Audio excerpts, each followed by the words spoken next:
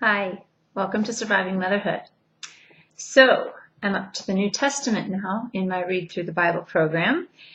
And the other day, as I was reading Luke chapter 1, I was reminded of a time a few years ago when I thought I might have found justification for being an irritable mother. Listen to what Luke has to say about Zechariah and Elizabeth. In the time of Herod, king of Judea, there was a priest named Zechariah, who belonged to the priestly division of Abijah. His wife Elizabeth was also a descendant of Aaron. Both of them were upright in the sight of God, observing all the Lord's commandments and regulations blamelessly. Okay, you read that and you think, wow, they were an impressive, godly, holy couple, right?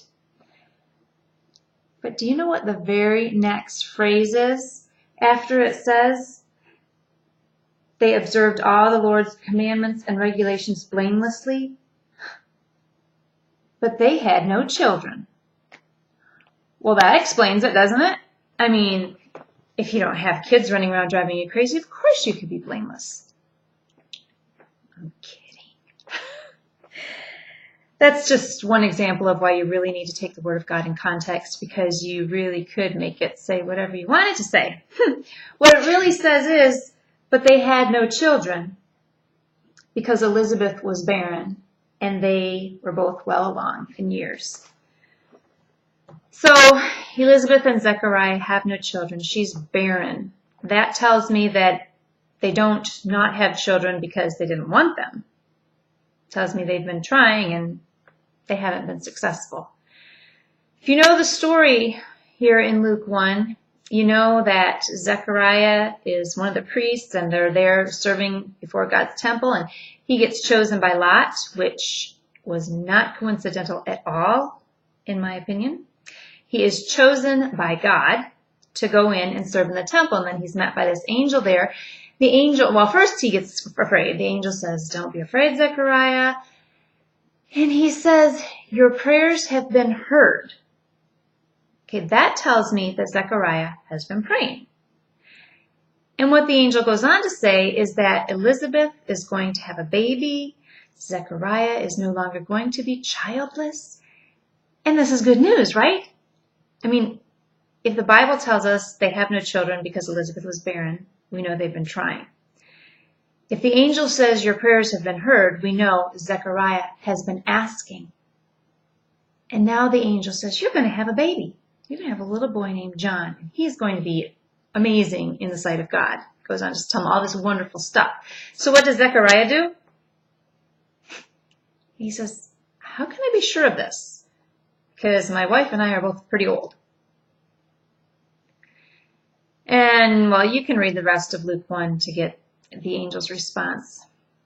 But it's that statement by Zechariah that raised this question in me. When he was praying, what was he expecting God to do?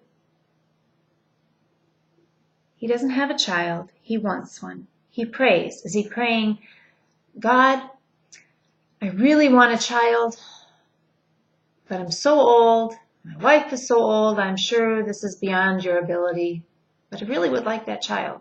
But I'm sure you can't do it. Is that what he was praying? What was he expecting? The God of the universe, the God who created everything. He could give a little baby to an old man and an old woman, and he did. And that's a beautiful thing. But when you take what you read in the Bible and you apply it to your own life, well, that makes me ask, what am I expecting when I pray? What are you expecting when you pray? Do you believe the God of the universe who created everything can handle your circumstance? I have to confess, it's a struggle for me sometimes when I'm praying. And I think, well, I think he could do it, but I wonder, will he? And then I just kind of battle back and forth. And, well, this story of Zechariah and the angel and the answered prayer, it encourages me And I hope it encourages you too to expect that God can do great things. Have a wonderful, Jesus-full day.